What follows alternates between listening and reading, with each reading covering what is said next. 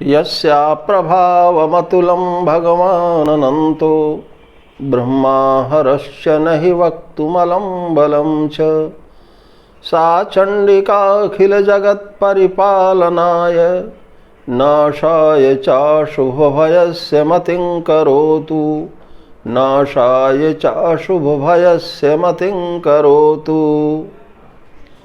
आज वासंतीय नवरात्र 2021 के अवसर पर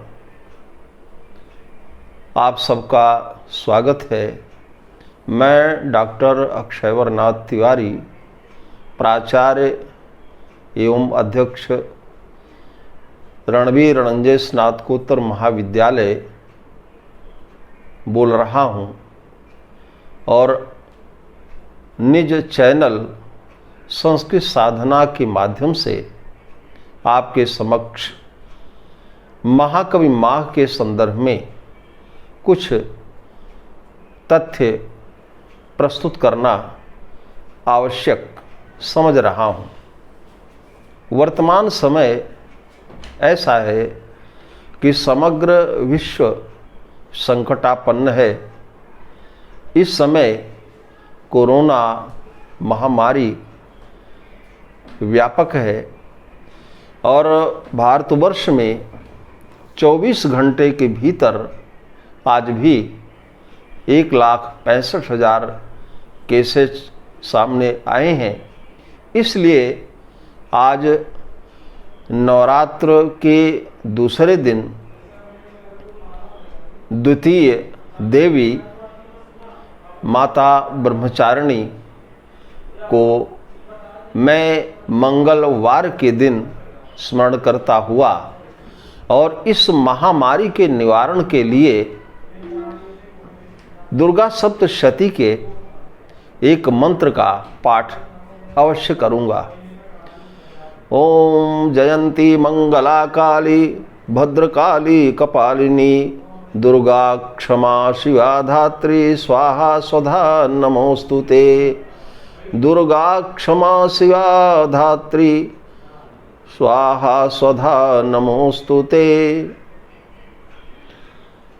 आज मैं निज चैनल के माध्यम से संस्कृत के ऊपर, जिसमें महाकवि माघ का महाकाव्य शिशुपाल वधम ये हमारा लक्ष्य है और उसके माध्यम से मैं आपके समक्ष कुछ बातें करना आवश्यक समझ रहा हूँ। संस्कृत भाषा ऐसी है जो सभी भाषाओं की जननी है और इसके संदर्भ में यह भी कहा गया है कि संस्कृते संस्कृतिर्ज्ञेया, कि संस्कृत में संस्कृत जानने योग्य है। संस्कृते सकला कला संस्कृते सकलं ज्ञानम संस्कृते किन्न वर्तते। इस संस्कृत भाषा में ऐसा क्या है जो नहीं है। व्यास जी ने तो महाभारत के अंतर्गत यह भी कह दिया है कि पुरुषार्थ चतुष्टय के लिए प्रत्येक पुरुष को प्रयत्नशील रहना चाहिए और उन पुरुषार्थ चतुष्टयों में धर्म अर्थ काम और मोक्ष की गणना की जाती है।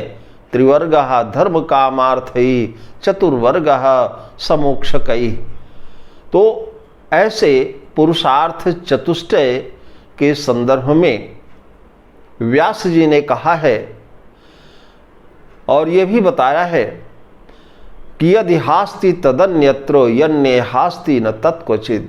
धर्मार्थ काम मोक्षेषु, धर्म अर्थ और काम तथा मोक्ष, इन सब के संदर्भ में अगर चर्चा किया जाए तो यदि हास्ति हमारे इस महाभारत में जो है, तदन्यत्र वही अन्यत्र है और यन्ने हास्ति न तत्क्वचित्, और जो यहाँ पर नहीं है वो कहीं पर नहीं है। और संस्कृत के संदर्भ में ये भी कहा जाता है कि हमारे भारतवर्ष की दो प्रतिष्ठा है। भारतस्य प्रतिष्ठे द्वे संस्कृतं संस्कृतिस्तथा भारतवर्ष की प्रतिष्ठा दो प्रकार से है, एक तो संस्कृत और दूसरी संस्कृति है। और उस हमारी संस्कृति के चलते हमारे संस्कृत कवियों ने इतनी व्यवस्था किया है कि शास्त्रीय मर्यादा का गुम्फन भी किया है और अपने अपने महाकाव्यों को आगे बढ़ाया भी है। इस संसार में हर व्यक्ति को चाहिए कि अपने यश की प्राप्ति के लिए वह प्रतिक्षण प्रयास करता रहे। यदि उसका यश सुरक्षित है तो निश्चित रूप से उसके न रहने पर भी उसका लोग अवश्य में स्मरण करेंगे। जैसे हमारे ऋषिगण या हमारे सम्माननीय महाकवि कालिदास जैसे स्तुत्य हैं, जो यद्यपि आज नहीं है लेकिन आज भी तो कहा जाता है कि पुरा कवि नाम गणना प्रसंगे कनिष्ठिकाधिष्ठित कालिदासा, कि प्राचीन काल में कभी गणना की गई कवियों की तो उन कवियों की गणना के प्रसंग में महाकवि कालिदास का नाम कनिष्ठिका पर आया। तो महाकवि कालिदास ने इस प्रकार से अपने काव्य की सर्जना किया था कि आज वो नहीं है, लेकिन फिर भी हम उनका स्मरण बड़े ही आदर से किया करते हैं।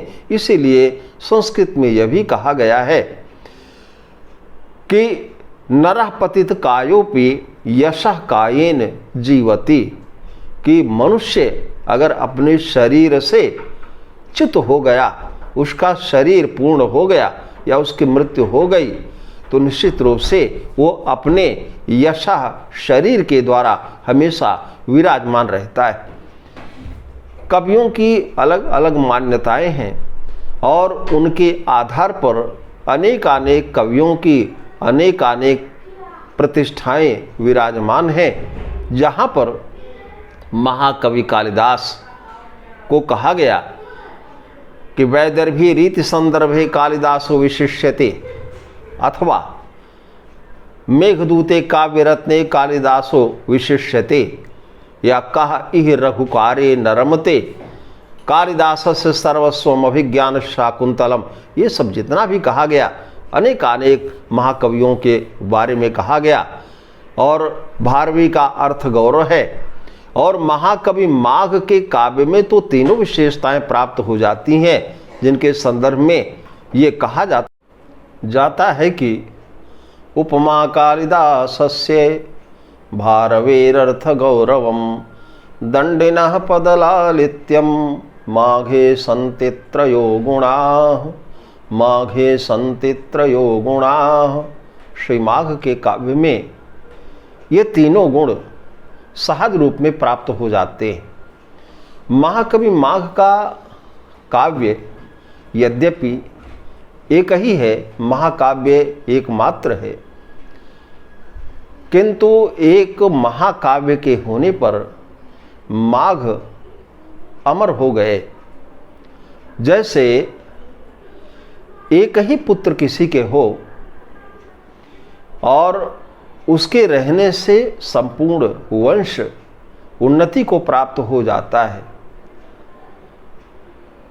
उसी प्रकार से महाकवि माघ का यद्यपि एक ही महाकाव्य है, फिर भी महाकवि माघ ने जो प्रतिष्ठा प्राप्त किया वह दुर्लभ तो नहीं कहेंगे, लेकिन कठिन अवश्य है। इनके शिशुपाल बधम नामक महाकाव्य के अंतर्गत इनका पांडित्य, जिसको हम ये कहें कि महाकवि का पांडित्य, यह सर्वत्र दृष्टिगोचर हुआ करता है। और इनके काव्य के अंतर्गत अनेक विशेषताएं संप्राप्त हुआ करती हैं, जिनको उजागर करने की आवश्यकता है, जिनको प्रस्फुटित करने की महती आवश्यकता परिलक्षित हुआ करती है। महाकवि माघ ने अपने इस काव्य के अंतर्गत अनेक प्रकार के भावों को, अनेक प्रकार के तथ्यों को प्रस्तुत किया है। जैसे सर्वप्रथम इनके महाकाव्य के प्रथम सर्गस्थ कथानक को लिया जाए तो शिशुपाल वध से त्रस्त देवों ने देवर्षि नारद को संदेशवाहक के रूप में इस धराधाम पर भेजा और उस समय यहाँ भारतवर्ष के द्वारिकापुरी के अंतर्गत भगवान श्री कृष्ण जी एक राजा के रूप में विराजमान थे और उनकी धर्मपत्नी रुक्मिणी के रूप में शोभायमान थीं। कहा भी जाता है राघवत्वे भवे सीता रुक्मिणी कृष्ण जन्मनि। जब राघव जी राजा होते हैं तो उनकी पत्नी सीता हुआ करती हैं, और जब भगवान श्री कृष्णचंद्र जी राजा होते हैं तो उनकी धर्म पत्नी के रूप में रुक्मिणी जी विराजमान हुआ करती हैं। तो दैत्यों के त्रास से संत्रस्त देवों ने देवर्षि नारद को जब संदेशवाहक रूप में आकाश मार्ग से द्वारिकापुरी के लिए प्रेषित किया तो नारद जी का तेजोमंडल इतना प्रशंसनीय था कि समस्त द्वारिकापुरीवासी ऊपर की तरफ आकाश में निहार रहे थे, देख रहे थे। तो देखने पर तो ये लग रहा था कि जैसे गिरता हुआ कोई सूर्य हो। अब यहाँ पर ये विचारणीय है कि काव्य में उपमान होता है, उपमेय का वर्णन होता है, और यदि दोनों में साम्य हुआ करता है तब तो उपमा का विषय हुआ करता है। इसलिए कि आचार्य मम्मट ने साधर्म्यम उपमा भेदे ये बताया हुआ है।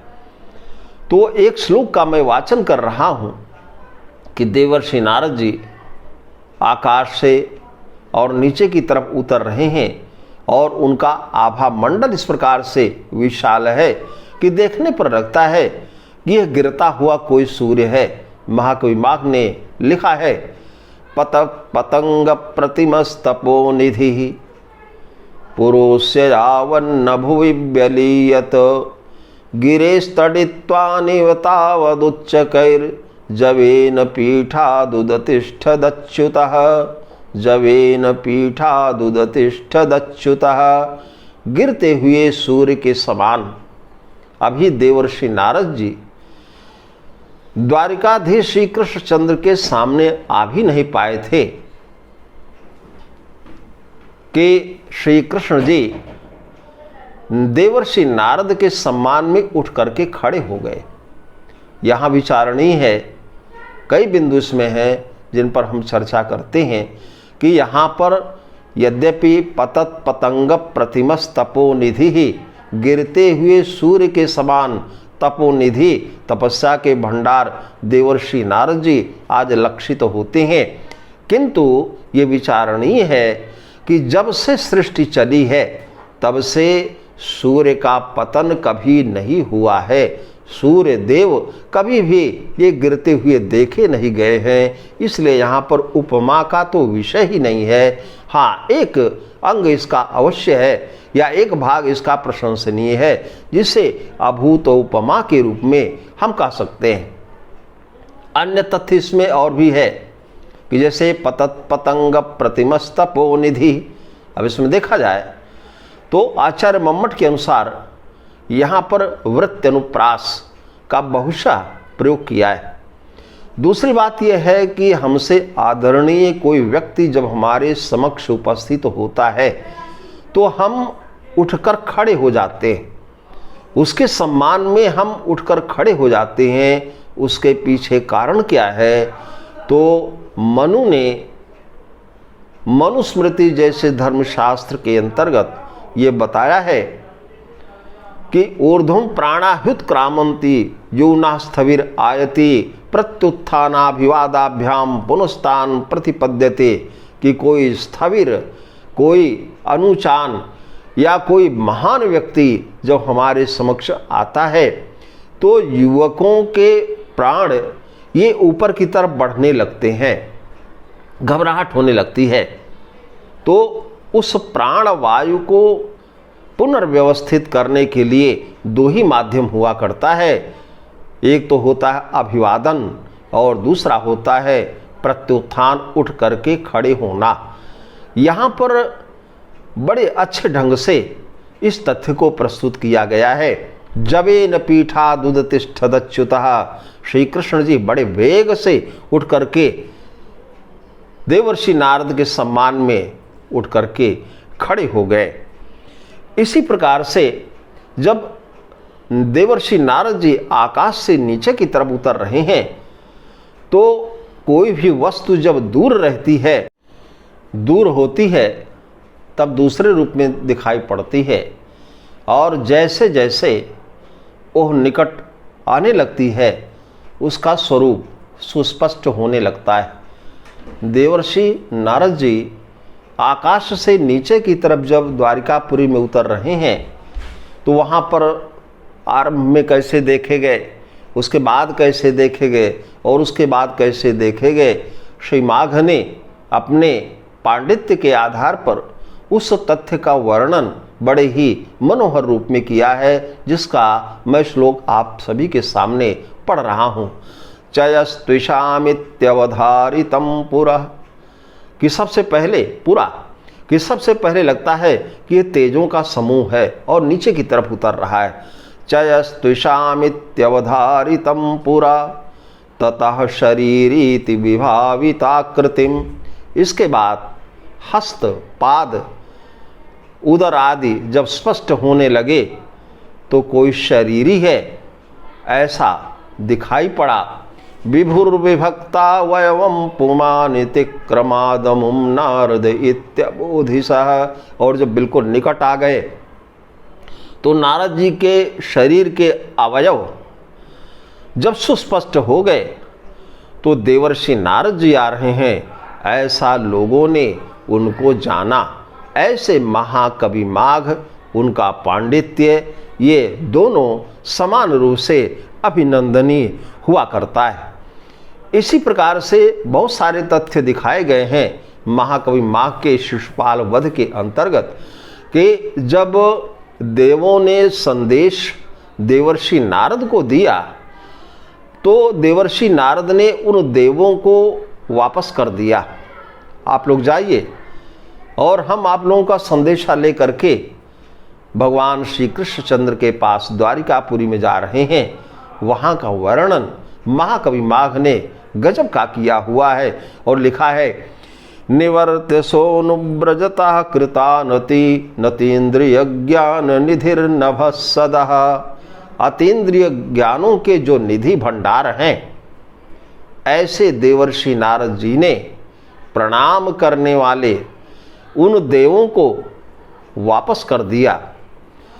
और समासदित दैत्य संपदः पदम महेंद्रालय चारु चक्रिणः, और फिर सुदर्शन चक्रधारी भगवान श्री कृष्णचंद्र के स्थान को देवर्षि नारद ने प्राप्त किया।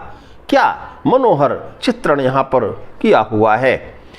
और भी यहाँ पर बहुत सारे तथ्य ऐसे हैं, जैसे हमारे सामने कोई व्यक्ति महत्वपूर्ण आता है तो हमारा धर्म बनता है कि हम उनका समादर जरूर करें। और कोई वृद्ध जब होता है तो दो प्रकार से माना जाता है, एक तो होता है वयोवृद्ध अवस्था के अनुसार, और दूसरा होता है वो ज्ञान की दृष्टि से। तो देवर्षि नारद जी वो ज्ञान वृद्ध भी हैं, वयोवृद्ध भी हैं, और जब ये आकाश मार्ग से उतरते हुए और भगवान श्री कृष्णचंद्र जी के द्वारिकापुरी में आते हैं तो उस समय श्री कृष्णचंद्र जी बड़े विनम्र भाव से देवर्षि नारद जी से बातें करते हैं और कहते हैं, शरीर भाजाम भवदीय दर्शनम व्यनक्ति काल त्रितयेपि योग्यताम, कि आप जैसे महापुरुषों का दर्शन शरीरधारियों के तीनों कालों की योग्यता को प्रकट करता है।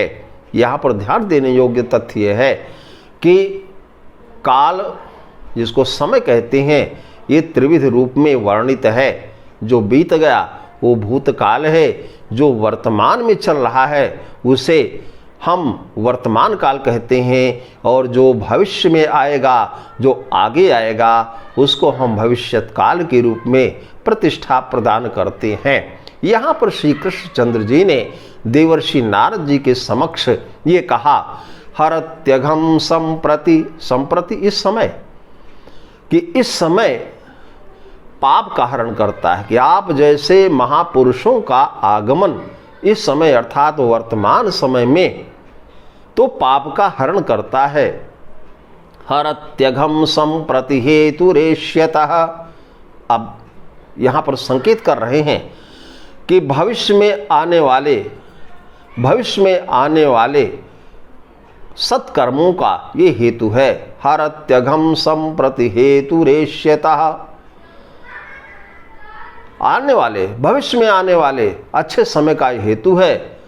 शुभस्य पूर्वाचरितम कृतम शुभैः, और पूर्व काल में हमने शुभ आचरण किया है, सदाचरण किया है, इसलिए आप जैसे महात्मा का यहाँ पर आगमन हुआ है।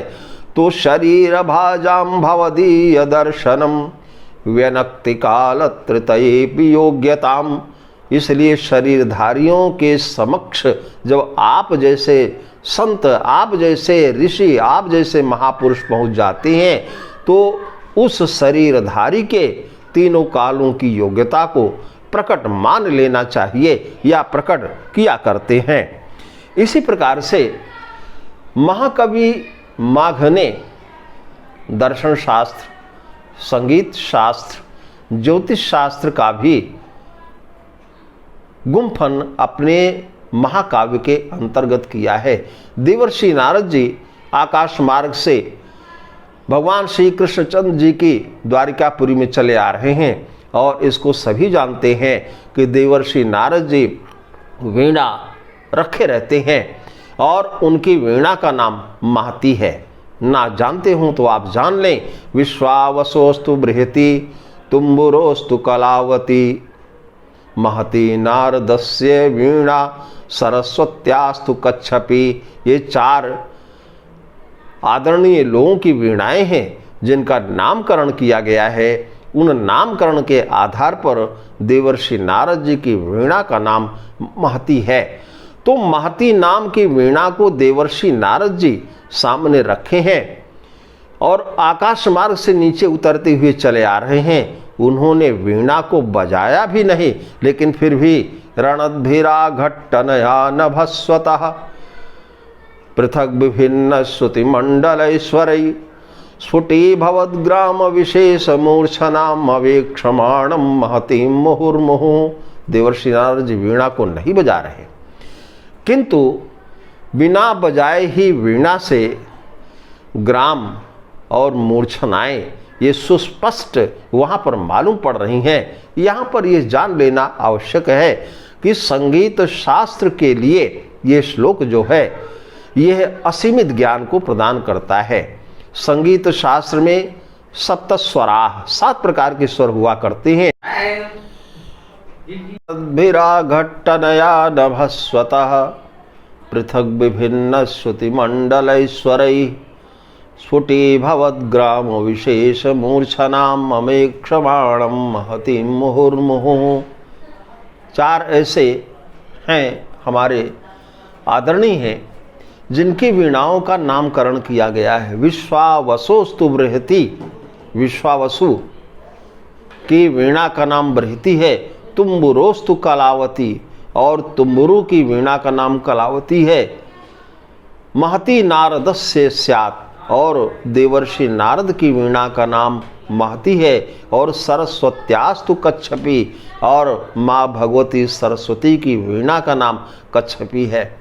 तो देवर्षि नारद जी आकाश मार्ग से जब महती नाम की वीणा को अपने समक्ष लटकाए हुए चले आ रहे हैं तो यद्यपि बजा तो नहीं रहे हैं, लेकिन महाकवि माघ का कौशल देखिए कि बिना उनके बजाए ही उनके उस वीणा से ग्राम, मूर्छनाएं और सात स्वर ये सभी स्पष्ट रूप से वहाँ पर परिलक्षित होते हैं। इसके द्वारा महाकवि का संगीत शास्त्र परिपूर्ण रूप से परिलक्षित हुआ करता है।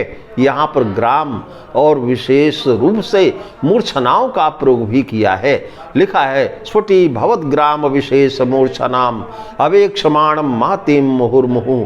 ग्राम उसको कहते हैं कि जैसे आज कहा जाता है वो ग्राम है, तो ग्राम का आशय यह है कि जैसे अनेक परिवार, अनेक कुटुंब मिलकर के एक ग्राम बनाते हैं, उसी प्रकार से सातों स्वरों का या स्वरों के समूह को भी ये ग्राम के रूप में कहा जाता है। तो इस प्रकार से महाकवि माघ का ये श्लोक ऐसा है जो संगीत शास्त्र के उनके पांडित्य को प्रस्तुत किया करता है।